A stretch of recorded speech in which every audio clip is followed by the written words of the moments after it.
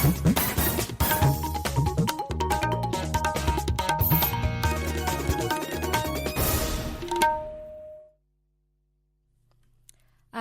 અમદાવાદ વડોદરા પ્રાદેશિક સમાચાર નિશા શ્રીમાળી વાંચે છે. સૌપ્રથમ મુખ્ય સમાચાર. પ્રધાનમંત્રી નરેન્દ્ર મોદીએ ઇન્ડિયા ઇન્ટરનેશનલ સાયન્સ ફેસ્ટિવલમાં કહ્યું છે કે વિજ્ઞાન, ટેકનોલોજી અને નવાચારમાં ભારતની સમૃદ્ધ વિરાસત છે. ગૃહ રાજ્યમંત્રી પ્રદીપસિંહ જાડેજાએ કહ્યું છે કે રાજ્ય સરકારના હકારાત્મક અભિગમ અને પુરુષાર્થના પરિણામે આજે ગુજરાતમાં ક્રાઇમ રેટ અન્ય રાજ્યો કરતાં ઓછો છે. ભારતની સ્વદેશી કોવિડ-19 રસી કોવેક્સિનનું ત્રીજા અને અંતિમ તબક્કાનું પરીક્ષણ સફળતા તરફ આગળ વધી રહ્યું છે. રાજ્યના વનમંત્રી રમણલાલ પાટકરે વલસાડ જિલ્લાના દેહરી સાંઈ મંદિર પરિસરમાં 11 લાખના ખર્ચે નવનિર્મિત ઉપવનનું લોકાર્પણ કર્યું. અને પ્રધાનમંત્રી રાષ્ટ્રીય રાહત ફંડમાંથી સુરતના 4 દર્દીઓને ગંભીર બીમારીઓમાં 8,25,000ની સહાય કરવામાં આવી.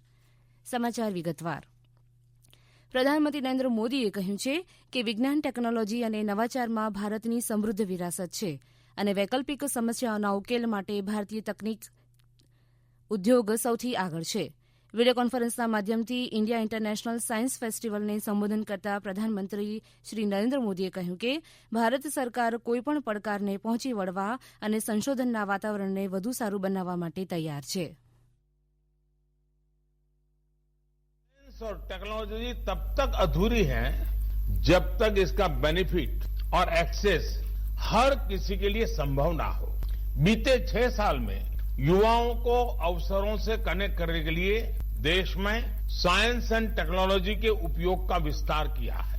साइंस एंड टेक्नोलॉजी अब भारत में अभाव और प्रभाव की खाई को भरने का एक बड़ा ब्रिज बन रही है. इसकी मदद से पहली बार गरीब से गरीब को भी सरकार के साथ, सिस्टम के साथ सीधा जोड़ा है. डिजिटल टेक्नोलॉजी से सामान्य भारतीयों को ताकत भी दी है और सरकारी सहायता की सीधी तेज डिलीवरी का भरोसा भी दिया है. પ્રધાનમંત્રી શ્રી મોદીએ કહ્યું છે કે જેવી રીતે અમે અવકાશ ક્ષેત્રમાં સફળતા મેળવી છે તેવી જ રીતે અમે ઊંડા દરિયામાં પણ સફળતા મેળવવાની છે. આના માટે ભારત દ્વીપ મહાસાગર મિશન ચલાવી રહ્યું છે. અમારા પ્રયત્નો છે કે ભારતને વૈજ્ઞાનિક શિક્ષણમાં સૌથી વિશ્વસનીય કેન્દ્ર બનાવવાનું છે. પ્રધાનમંત્રી નરેન્દ્ર મોદીએ કહ્યું છે કે અમેરિકા તરફથી લીજિયન ઓફ મેરિટનો ખિતાબ પોતાને એનાયત થતાં તેઓ ગૌરવની ઊંડી લાગણી અનુભવી રહ્યા છે. શ્રી મોદીએ બહુમાન બદલ રાષ્ટ્રપ્રમુખ ડોનાલ્ડ ટ્રમ્પનો આભાર માનતા એક ટ્વીટ સંદેશામાં કહ્યું છે કે ભારત અને અમેરિકાની પ્રજા વચ્ચેના સંબંધો આ બહુમાનથી વધુ મજબૂત થશે. 21મી સદીના પડકારજનક સમયમાં વિશ્વ નેતૃત્વ વડે ભારત અને અમેરિકાના સહિયારા પ્રયત્નો સમગ્ર માનવજાતનું કલ્યાણ કરશે તેમાં કોઈ શંકા નથી. ગૃહ રાજ્યમંત્રી શ્રી પ્રદીપસિંહ જાડેજાએ કહ્યું છે કે રાજ્ય સરકારના હકારાત્મક અભિગમ અને પુરુષાર્થના પરિણામે આજે ગુજરાતમાં ક્રાઇમ રેટ અન્ય રાજ્યો કરતાં ઓછો જોવા મળે છે. આજે ગાંધીનગર ખાતે police housing, border security, civil defence, ગ્રામ રક્ષક દળ, જેલ, નશાબંધી આબકારી, બિન નિવાસી ગુજરાતી પ્રભાગની સાંસદ ધારાસભ્ય પરામર્શ સમિતિની મળેલી બેઠકમાં મંત્રી શ્રી જાડેજાએ કહ્યું હતું કે ગુજરાતમાં કાયદો વ્યવસ્થાની પરિસ્થિતિ વધુ સંગીન બનાવવા સારું પોલીસ કર્મીઓનો વ્યાપ વધારવા અને પોલીસ સ્ટેશનોની સંખ્યામાં પણ વધારો કરવા માટે પણ અમારી સરકારે સઘન આયોજન કર્યું છે. છેલ્લા 7 વર્ષમાં ગુજરાતમાં 49,000થી વધુ પોલીસ કર્મીઓની ભરતી કરવામાં આવી છે અને આગામી વર્ષે વધુ 13,000 કર્મીઓની ભરતી કરાશે. પોલીસ કર્મીઓને આધુનિક ટેકનોલોજીથી સુસજ્જ કરી તેના ઉપયોગ કરવા માટે તાલીમ સહિતની સુવિધાઓ પણ રાજ્ય સરકાર દ્વારા પૂરી પાડવામાં આવી રહી છે. રાજ્યમાં કન્વિક્શન રેટ વધે તે માટે કન્વિક્શન ઇમ્પ્રુવમેન્ટ પ્રોજેક્ટની કામગીરી પણ પ્રગતિ હેઠળ છે. તેમાં 24 કલાક તપાસ માટે માર્ગદર્શન મળી રહે તેવું આયોજન થઈ રહ્યું છે. નિવૃત્ત પોલીસ અધિકારીને પેરવી ઓફિસર તરીકે નીમવાની જોગવાઈ કરાઈ છે. આ પ્રોજેક્ટ હેઠળ ઇન્વેસ્ટિગેશન માટે અલાયદો room, call centre, FIR drafting માટે રક્ષાશક્તિ યુનિવર્સિટીના સંકલનમાં રહી પોલીસ કર્મચારીઓને તાલીમની સુવિધા તથા એફએસએલની સેવાઓને વધુ સંગીન રીતે લાભ લેવાશે. ભારતની સ્વદેશી કોવિડ-19 રસી કોવેક્સિનનું ત્રીજા અને અંતિમ તબક્કાનું પરીક્ષણ સફળતા તરફ આગળ વધી રહ્યું છે. ભારત બાયોટેક અને ભારતીય આયુર્વિજ્ઞાન સંશોધન પરિષદ આઈસીએમઆર દ્વારા બનાવવામાં આવી રહેલી આ રસીને અંતિમ તબક્કામાં 13,000થી વધુ લોકોને આપવામાં આવી છે. માનવીય પરીક્ષણના ત્રીજા તબક્કામાં કોવેક્સિન સમગ્ર દેશમાં લગભગ 26,000 લોકોને આપવામાં આવશે. આ અગાઉ 2 તબક્કામાં આશરે 1,000 જેટલા લોકો ઉપર રસીનું પરીક્ષણ કરવામાં આવ્યું છે. ભારત બાયોટેકે જણાવ્યું હતું કે પ્રથમ તબક્કાના પરીક્ષણમાં આ રસીની માનવો ઉપર કોઈ ગંભીર અસર થતી નથી અને આ રસી કોરોના વાયરસ સામે મજબૂત રક્ષણ આપવામાં સક્ષમ હોવાનું પુરવાર થયું છે. કોવેક્સિન સહિત 3 રસીના ઇમરજન્સી ઉપયોગ માટે કેન્દ્રીય ઔષધ નિયામક દ્વારા મંજૂરીની રાહ જોવાઈ રહી છે. આ પ્રાદેશિક સમાચાર આપ આકાશવાણીના અમદાવાદ વડોદરા કેન્દ્ર પરથી સાંભળી રહ્યા છો. વધુ સમાચાર કોરોના અંગેના આ સંદેશ બાદ.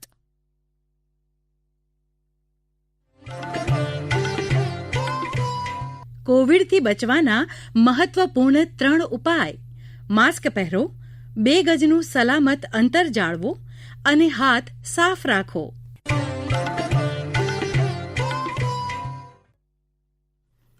સમાચારોમાં આગળ વધીએ. ગુજરાત રાજ્યના વિવિધ જિલ્લાઓમાં આજે પણ કોવિડ-19ના કેસો નોંધાયા છે.